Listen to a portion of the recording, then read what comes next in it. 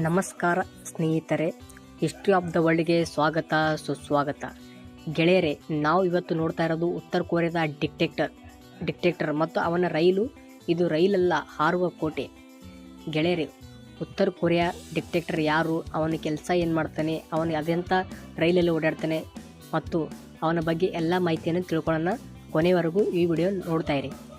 ಗೆಳೆಯರೆ, ನೀವು ಯಾವತ್ತಾದರೂ ಯೋಚಿಸಿದರ ಒಬ್ಬ ದೇಶದ ನಾಯಕ ವಿಮಾನ ಬಿಟ್ಟು ರೈಲಲ್ಲೇ ಮಾತ್ರ ಟ್ರಾವೆಲ್ ಮಾಡ್ತಾನೆ ಅಂದರೆ ಏನು ಕಾರಣ? ಅದು ಸಾಮಾನ್ಯ ರೈಲು ಅಲ್ಲ ಸ್ನೇಹಿತರೆ, ಅದು 5 ಸ್ಟಾರ್ ಹೋಟೆಲ್, ಬಂಕರ್, ಪ್ಯಾಲೇಸ್ ಎಲ್ಲವೂ ಮೀರಿಸಿದ ರೈಲು. ಇವತ್ತು ನಾವು ಮಾತನಾಡೋದು ಕಿಮ್ ಜಾಂಗ್ ಉನ್, ಉತ್ತರ ಕೊರಿಯಾದ ರಾಷ್ಟ್ರಪತಿ ಮತ್ತು ಅವನ ಅತಿ ರಹಸ್ಯದ ರೈಲು ಬಗ್ಗೆ. ಕಿಮ್ ಜಾಂಗ್ ಉನ್, ಮೊದಲು ಅವನ ಪರಿಚಯ ಮಾಡೋಣ ಗೆಳೆಯರೆ. ಇವನು ಒಬ್ಬ ಸಾಮಾನ್ಯ ಲೀಡರ್ ಅಲ್ಲ. ಇವನ ದೇಶದಲ್ಲಿ ಇಂಟರ್ನೆಟ್ ಇಲ್ಲ, ಯೂಟ್ಯೂಬ್ ಇಲ್ಲ, ಇನ್ಸ್ಟಾಗ್ರಾಮ್ ಇಲ್ಲ. ಆದರೆ ರೈಲಿನಲ್ಲಿ ಮಾತ್ರ ವೈಫೈವನ್ನು ಲಕ್ಸರಿ ಬೇಡ. ಅವನು ಯಾವ ದೇಶದ ನಾಯಕ? North Korea. ಇಲ್ಲಿ ಎಲ್ಲವೂ ಸರ್ಕಾರ ಕಂಟ್ರೋಲ್ ಗೆಳೆಯರೆ. ಅಲ್ಲಿ ಪ್ರಜಾಪ್ರಭುತ್ವ ಇಲ್ಲ ಗೆಳೆಯರೆ. ಅಲ್ಲಿ ಡಿಕ್ಟೇಟರ್. ಅವರು ಉತ್ತರ ಕೊರಿಯಾದಲ್ಲಿ ಏನು ಹೇಳ್ತಾರೆ ಅದೇ ಆಗುತ್ತೆ. ರೈಲು ಯಾಕೆ ಫೇಮಸ್ ಗೆಳೆಯರೆ? ಈ ರೈಲು ಯಾಕೆ ಅಷ್ಟೊಂದು ಫೇಮಸ್ ಗೊತ್ತಾ? ಬಣ್ಣ ಗಾಢದ ಹಸಿರು, ವೇಗ ತುಂಬ ನಿಧಾನದಲ್ಲಿ ಹೋಗುತ್ತೆ, ಭದ್ರತೆ ಮತ್ತು ಹೈಯೆಸ್ಟ್ ಲೆವೆಲ್. ಈ ರೈಲು ಹೋಗ್ತಾ ಇದ್ದರೆ ಮೊದಲು ರೈಲ್ವೆ ಟ್ರ್ಯಾಕ್ ಚೆಕ್ ಮಾಡ್ತಾರೆ, ನಂತರ ಸ್ನೈಪರ್ಗಳನ್ನು ಎಲ್ಲಾದರೂ ಬಾಂಬ್ ಗಿಮ್ ಇಟ್ಟಿದ್ದಾರೆ ಅಂತ ಚೆಕ್ ಮಾಡ್ತಾರೆ, ನಂತರ ಮಿಲಿಟ್ರಿ, ನಂತರ ಮಾತ್ರ ರೈಲು ಹೋಗುತ್ತೆ.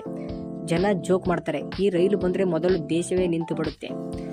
ಗೆಳೆಯರೆ, ರೈಲಿನ ಒಳಗೆ ಏನೇನು ಇದೆ ನೋಡೋಣ ಬನ್ನಿ. ಈ ರೈಲಿನ ಒಳಗೆ ಇದೆ ಅಂತ ಕೇಳಿದರೆ ನೀವು ನಗ್ತೀರಾ, ಶಾಕ್ ಆಗ್ತೀರಾ. ಲಕ್ಸರಿ ಬೆಡ್ರೂಮ್ ಇದೆ, ಮೀಟಿಂಗ್ ಹಾಲ್ ಇದೆ, ಡೈನಿಂಗ್ ರೂಮ್ ಇದೆ, ಬಾರ್, ವೈನ್ ಕಲೆಕ್ಷನ್ ಇದೆ ಮತ್ತು ಸ್ಯಾಟಲೈಟ್ ಕಮ್ಯುನಿಕೇಷನ್ ಇದೆ. ಜನ ಕೇಳ್ತಾರೆ, ಇದು ರೈಲಲ್ಲ ಅಥವಾ ಪಂಚಾತರ ಹೋಟೆಲ್. ವಿಮಾನ ಬಿಟ್ಟು ರೈಲಲ್ಲೇ ಯಾಕೆ ಹೋಗ್ತಾನೆ?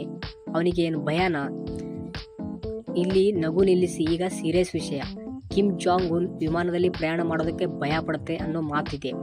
ಏರ್ ಅಟ್ಯಾಕ್ ಭೀತಿ ಇದೆ ಅವನಿಗೆ. ತಾಂತ್ರಿಕ ಸಮಸ್ಯೆ ಬಂದರೆ, ವಿಮಾನ ಬಿದ್ದರೆ ಅದೊಂದು ಅವನಿಗೆ ಭಯ ಇದೆ. ಮತ್ತು ಯಾರಾದರೂ ಹತ್ಯೆ ಪ್ರಯತ್ನ ಮಾಡಿದ್ರೆ ಅದನ್ನೂ ಕೂಡ ಅವನಿಗೆ ಭಯ ಇದೆ. ಆದ್ದರಿಂದ ಭೂಮಿಯ ಮೇಲೆ ತನ್ನ ಕಂಟ್ರೋಲ್ನಲ್ಲಿರುವ ರೈಲಲ್ಲೇ ಓಡಾಡ್ತಾನೆ ಅವನು. ಇವನಿಂದ ಇಲ್ಲ ಗೆಳೆಯರ, ಅಪ್ಪ ಮತ್ತು ತಾತನ ಪರಂಪರೆಯಿಂದ ಅವರು ರೈಲಲ್ಲೇ ಓಡಾಡ್ತಾರೆ. ಅವರು ಯಾವಾಗೂ ಕೂಡ ವಿಮಾನನ ಉಪಯೋಗ ಮಾಡೇ ಇಲ್ಲ.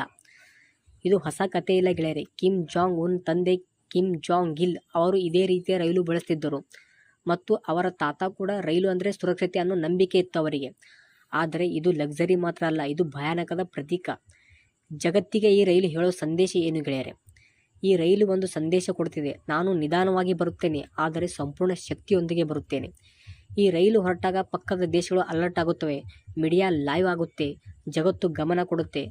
ಒಬ್ಬ ವ್ಯಕ್ತಿ, ಒಂದು ರೈಲು, ಪೂರ್ಣ ವಿಶ್ವದ ಗಮನ ಇರುತ್ತೆ ಗೆಳೆಯರೆ.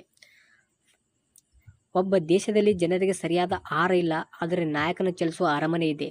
ಇದು ನಗುವ ವಿಷಯವೇ ಅಥವಾ ನೋವಿನ ವಿಷಯವೇ? ರೈಲು ನಮಗೆ ಹೇಳೋದು, ಶಕ್ತಿ ಇದ್ದರೆ ಲಕ್ಸರಿ, ಭಯ ಇದ್ದರೆ ಬಂಕರ. ಗೆಳೆಯರೆ, ಇದು ಆಗಿತ್ತು ಉತ್ತರ ಕೊರಿಯಾದ ಕಿಮ್ ಜಾಂಗ್ ಅವರ ರೈಲಿನ ಸ್ಪೆಷಲ್ ವಿಡಿಯೋ. ನಿಮಗೆ ಈ ಕಥೆಯನ್ನು ಇಷ್ಟವಾದರೆ ಲೈಕ್ ಮಾಡಿ, ಶೇರ್ ಮಾಡಿ, ಕಮೆಂಟ್ನಲ್ಲಿ ಬರೆಯಿರಿ. ಈ ರೈಲು ರೈಲಾ ಅಥವಾ ಹಾರುವ ಕೋಟೆ? ಮತ್ತೆ ಇಂಥ ಶಾಕ್ ಇನ್ಫಾರ್ಮೇಷನ್ ವಿಡಿಯೋಗಳಿಗೆ ಚಾನಲನ್ನು ಸಬ್ಸ್ಕ್ರೈಬ್ ಮಾಡಿ. ಮತ್ತೆ ಮುಂದಿನ ವಿಡಿಯೋಲಿ ಮತ್ತೆ ಸಿಗೋಣ ಗೆಳೆಯರೆ. ಅಲ್ಲಿಗೆವರೆಗೆ ಜೈ ಹಿಂದ್, ಜೈ ಭಾರತ್.